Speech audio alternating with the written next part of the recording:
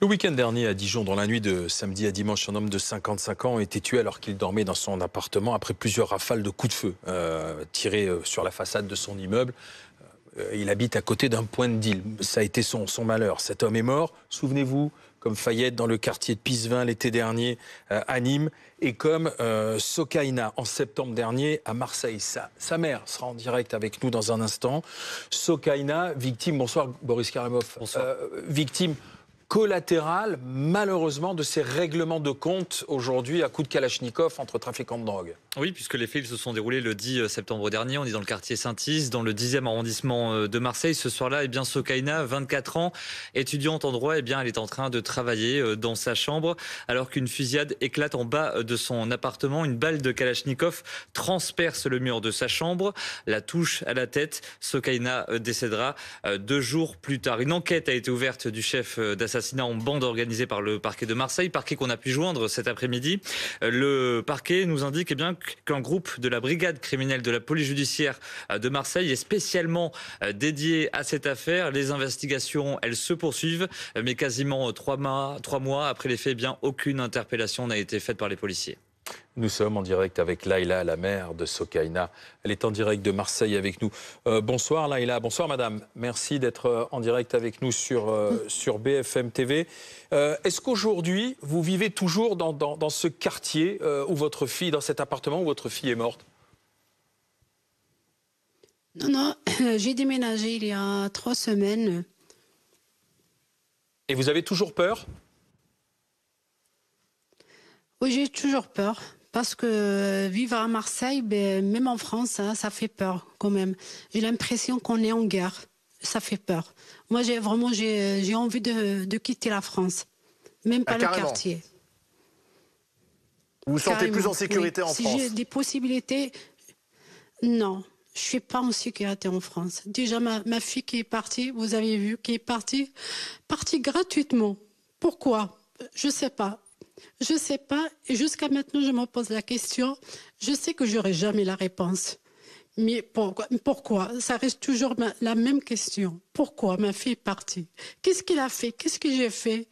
Moi, je ne connais personne. On était une famille vraiment tranquille chez nous. Et d'un coup, ma fille est partie comme ça, gratuitement. Alors justement, vous posez des questions et pour l'instant, il n'y a pas de réponse parce qu'on n'a pas retrouvé le ou les meurtriers de votre fille.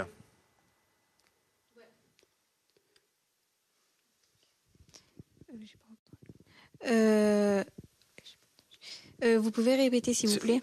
C'est votre sœur qui est à côté de vous. Vous êtes la sœur de Laïla. Je vous en prie, allez-y.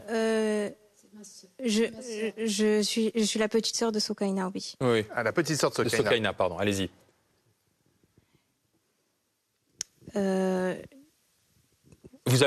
Aujourd'hui, vous en voulez à la police? À la police, non, je leur en veux pas. Ce n'est pas leur faute, mais j'en veux à ceux qui ont tué ma sœur et ma sœur qui n'a rien demandé, qui a été dans sa chambre, tranquille. Et à la police, je leur en veux pas du tout.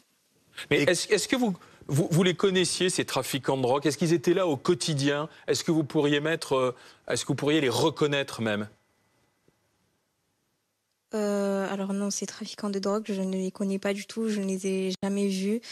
Je ne peux pas les reconnaître puisque je peux pas, je suis pas une fille qui traînait dans ce quartier-là, donc en soi, je connais presque personne et encore moins les trafiquants de drogue.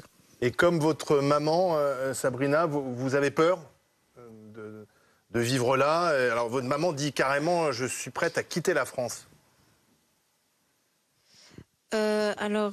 Oui, je me sens en insécurité, mais quitter la France, non. Mais c'est sûr que je me sens en insécurité.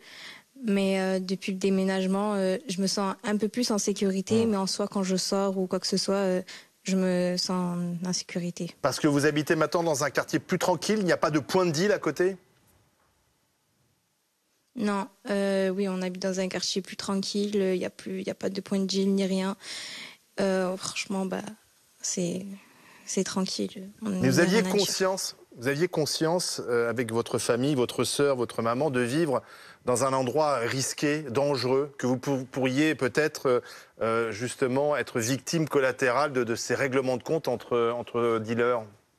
C'était envisageable ? Non,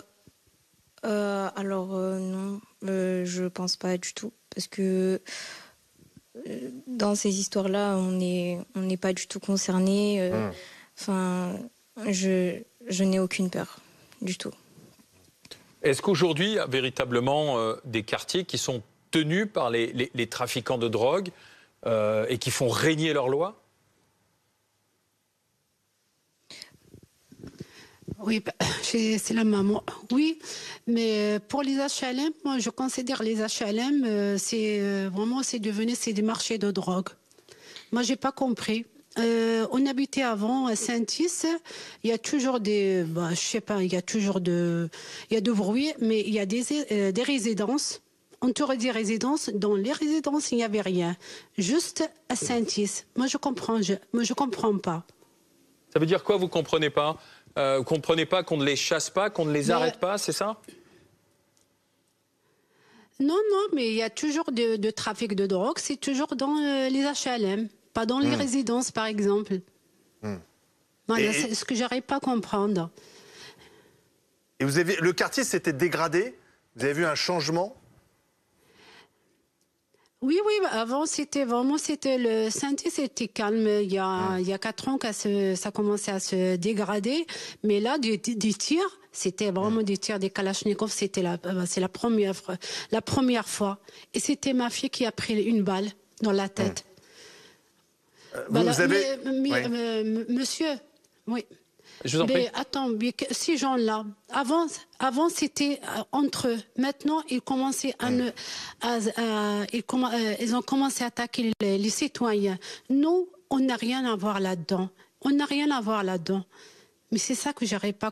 Mais viser déjà les immeubles, ça veut dire ils vont tuer les gens, les citoyens, qu'ils n'ont rien à voir là-dedans. Et vous avez entendu ce qui s'est passé à Dijon, ce père de famille qui est mort dans son sommeil. Lui aussi a reçu une balle alors qu'il dormait chez lui, au-dessus d'un point de deal au premier étage. C'est pour ça, parce que je viens de dire, moi j'ai l'impression qu'on est en guerre. Ça, c'est vraiment, il n'y a pas d'explication. Je peux pas vous dire qu'est-ce qui se passe en France. Je sais pas. Et comme mais vous il dites, n'y a pas que moi.